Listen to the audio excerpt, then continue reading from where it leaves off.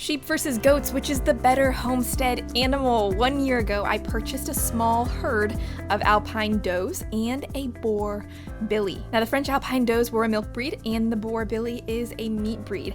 I bought these wanting to diversify my farm and kind of thinking that sheep and goats would basically be the same kind of animal to raise. 1 year later, I have a little bit of a better perspective on whether that's true or false, and I'm going to let you know in this video. I'm going to give you 4 ways in which goats have been a more pleasurable animal to raise than sheep, and 4 ways in which they have been a less pleasurable animal to raise. I'm also going to give you 2 situations, one in which hands down sheep are a better pick for your homestead over goats, and one in which hands down goats are a better pick for your homestead. I'm also going to call on the goat owners to leave in the comments below, number 1, what breed are you raising? And number 2, has your experience differed any from what I'm getting ready to outline in the video upcoming?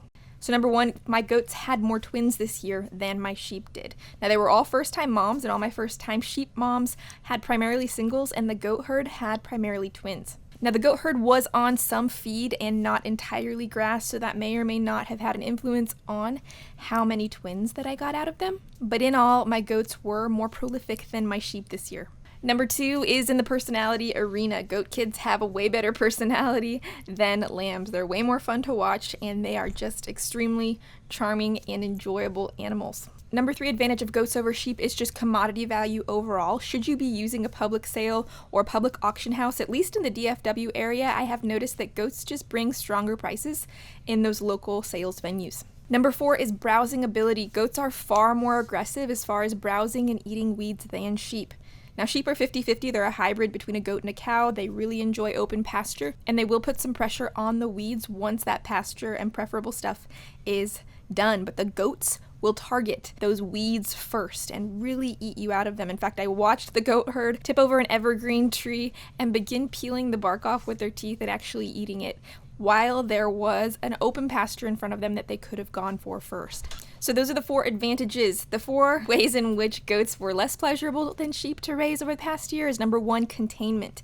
Now, I thought when I brought these goats back, I would have pretty good success because I had really mastered a system for my sheep. I'm on 2 strands of poly tape with a 12-joule charger on my 30 acres. Now, this keeps my sheep contained at a rate of about 90%, which is a passing grade for me, and I am totally good with it. But the goats pretend it doesn't exist. They'll either jump over or sneak through those 2 lines, and it may just be the type of goat I'm running. It's extremely agile. Basically, my fence is ineffective to the goats. What I've noticed as I've watched them even get shocked by it is their propensity is to propel forward rather than to retract, and so either way, they end up outside of the paddock. I've discussed this with other goat owners, and the consensus is that portable electric netting is the premier choice for rotational grazing goats. So if you do go the goat route, just make sure to use the netting and a good charger, and you should be good to go.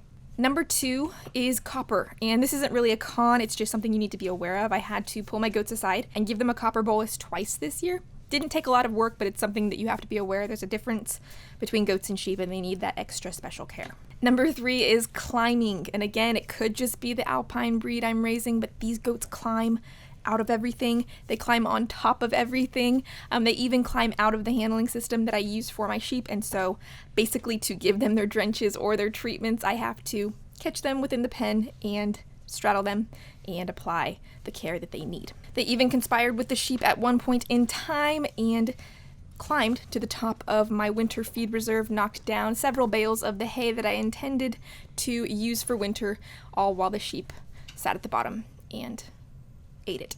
So they are also conspiratorial. I'm not going to make that the 5th one, but you can make that part of your pros and cons list if you would like. 4th way in which the goats were less pleasurable to raise than the sheep this year was hooves. It was an extremely wet year, and I was finding myself treating more goat hooves than sheep hooves. As far as parasites, they seemed to be about the same. I did not lose any goat kids, and I lost a few lambs to parasites this year.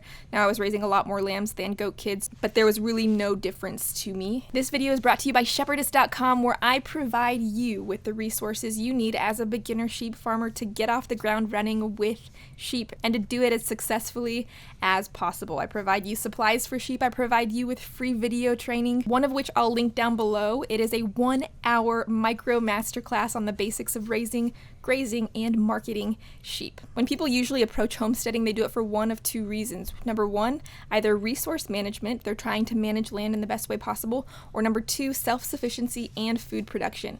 If you have a land resource that is heavily wooded, extremely brushy, and very little pasture, goats are hands down a better option for you. They're going to make use of that land resource, you're going to have minimal feed inputs, and they're really going to be healthy because they're eating what they were designed to eat. If you are going at this from a food production, self-sufficiency standpoint, I would say sheep are a better choice. Here's why. It's going to be very difficult for me, at least, to get my family transitioned into the idea of making goat milk a regular part of our diet. Unless we hit some starvation, apocalyptic situation, I'm going to need to find a secondary use for all of this goat's milk, whether I feed it to other animals or make soap, etc. With lamb, we use lamb interchangeably with beef. We make things like lamb chili, lamb burgers, we grill the lamb chops like steak, lamb roast, ribs, etc. It all just slips in there just like beef. And the way that lamb grows and marbles is very, very similar to beef. When you go and you use goats for the meat, you need to understand that the fat in goat meat is stored around the vital organs and in the abdomen and not in the meat as marbling. So it's going to be a very lean product, and that's not bad. It's just going to take some adjusting to as far as integrating it into the standard American diet. So what is the consensus for me personally as far as goats at my farm?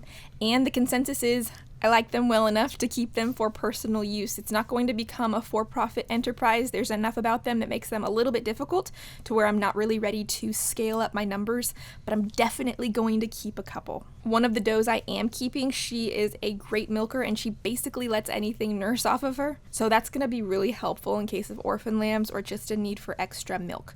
Watch one of these two videos next. The top one is going to walk you through a beginner's guide to lambing on pasture, and the bottom one is going to walk you through a beginner's guide to raising meat goats.